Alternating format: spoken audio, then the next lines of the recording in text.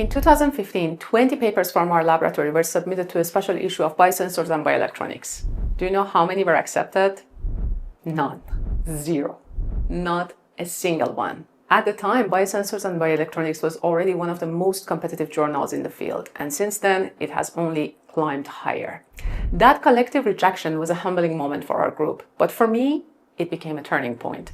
I decided to understand, not emotionally, but strategically, what distinguished papers that made it through. While others moved on, I dissected every accepted paper in that issue, line by line, and I began to see an invisible pattern. And not long after that, I submitted a new manuscript to the same journal. This time, minor revision, acceptance. Was that a coincidence? Not at all. It was a system. One that I later replicated to publish in Nature Microsystems and Non-Engineering, Lab on Chip, and Carbon. Now, let me be clear. I'm not talking about simply getting into Q1 journals. I'm referring to publishing in the top 5 to 10% of the Q1 journals, the ones that define the direction of your discipline. There's a persistent myth in academia that publishing at that level is only achievable for researchers from globally ranked institutions with vast network or major collaborations. That's simply not true. When you understand how top journals operate, not as academic entities, but as powerful business ecosystems, the landscape changes entirely. Scientific publishing today generates more annual revenue than automobile industry. And like any business, journals prioritize growth metrics, visibility, citation, leadership within their niche. Once you decode that, you can design your manuscript backward, aligning your paper not just with the scientific merit, but with the journal's internal logic of impact and audience reach. So in this video, I'll take you through the reverse engineering process step by step with real examples from papers that have made it to some of the most selective journals in the field. Stay with me because what you'll hear next may permanently change the way you approach your next submission. If you found yourself trapped in the cycle of rejections, comment the word paper below and I'll share with you my 4-step guide to building a sustainable, high-impact publication trajectory. And if you haven't already, consider subscribing and turning on the notification. Every new video I share focuses on deeper mechanics of top-tier publication, the kind of strategies that can refine your citation growth, academic positioning, and your future. The same system I'm about to share is one that many of my mentees are currently using to publish in the highest impact factor journals in their respective disciplines. Let's begin. Secret number 1. What they want is not in the aim and scope. The aim and scope page is a starting point, not a decision tool. Remember, the website of a journal is static. Editorial appetite is dynamic. To understand what the journal wants now, analyze its last 12 to 18 months of publications. Open the most relevant issues and sample 10 to 15 papers close to your area of expertise. Analyze them, compare and contrast with your work with brutal honesty. Do you have the same type of solid results the journal expects to see? If your current manuscript doesn't match the live scope of the journal, you have 2 options. Give more strength to your results to close the gap or change the target journal. Don't lean on the older volumes. 4 or 5 years ago, the same journal may have accepted a different level of article. What earns acceptance in the past will not necessarily clear the bar now. Once you have the journal's live scope, you can reverse engineer your manuscript structure so it signals a great potential in the first 30 seconds of an editor's scan. Secret number 2. Results don't speak for themselves. We often hear the phrase, let the data speak for itself. It doesn't. It never has. Editors and reviewers see hundreds of submissions each month. What captures their attention first isn't the data point. It's how the data looks. So design visuals that communicate before a single sentence is read. Breathtaking visuals are not decoration. They are evidence of precision, care, and respect for the reviewer's time.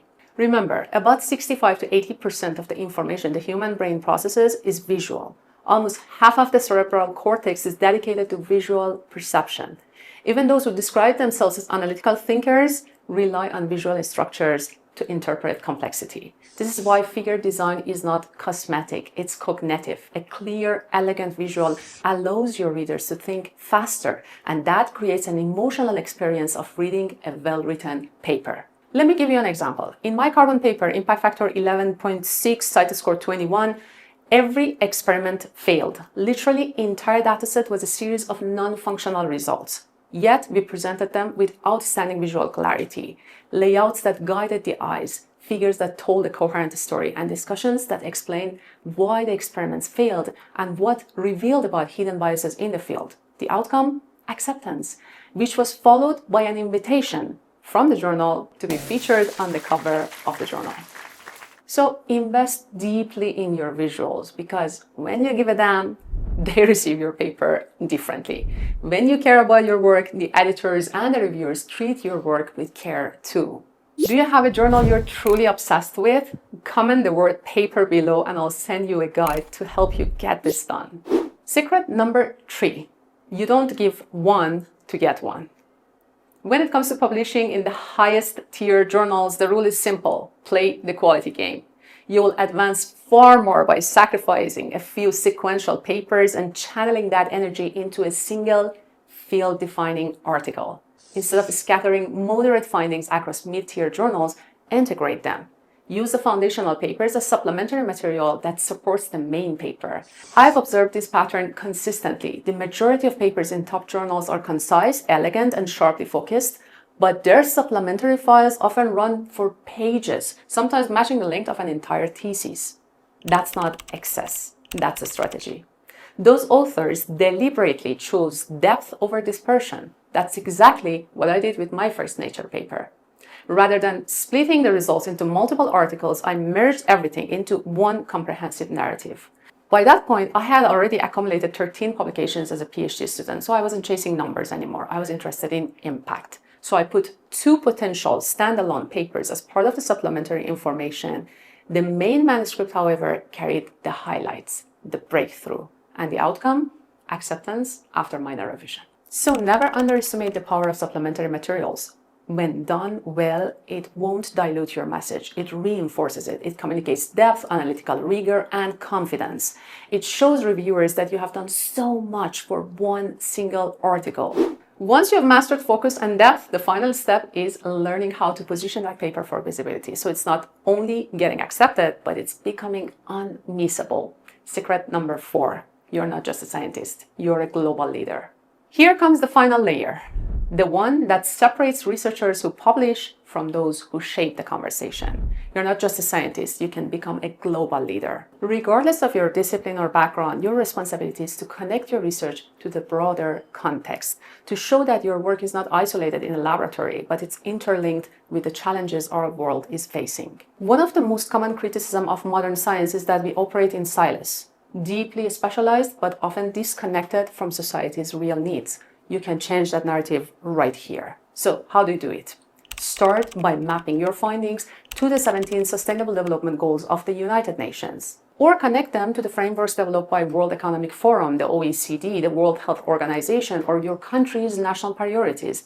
There's always a bridge to build between your data and the global agenda. At the end of your article, beyond the usual current limitation and the future work, add a brief section titled Theoretical and Practical Implications. That's where you elevate your paper from a technical contribution to global relevance. That's where you stop being just a scientist and become a thought leader who articulates how science can serve humanity. No top-tier journal overlooks that. Editors recognize visionary thinking because it expands the journal's reach and impact. And when your work connects to the society's needs, it doesn't just attract citations, it draws attentions of policymakers, industries, global organizations. And that's precisely what a journal wants: recognition. And that's how your science becomes your legacy. Because in the end, every discipline, whether chemistry, engineering, education, AI, has a voice in the global dialogue. The only question is, are you using yours? So if you're deep in your thoughts, thinking, I need this kind of structure, I want this level of contribution and output, then let's talk. Click the link in the description to book a free call with me and we will have a chat. And make sure to like, subscribe, and check out the other videos on this channel that will walk you through publications, citations, and building your academic authority. I'll see you in the next video. This is Prof. Sam. Stay sharp, stay brilliant, and put out your brilliant contributions for the world.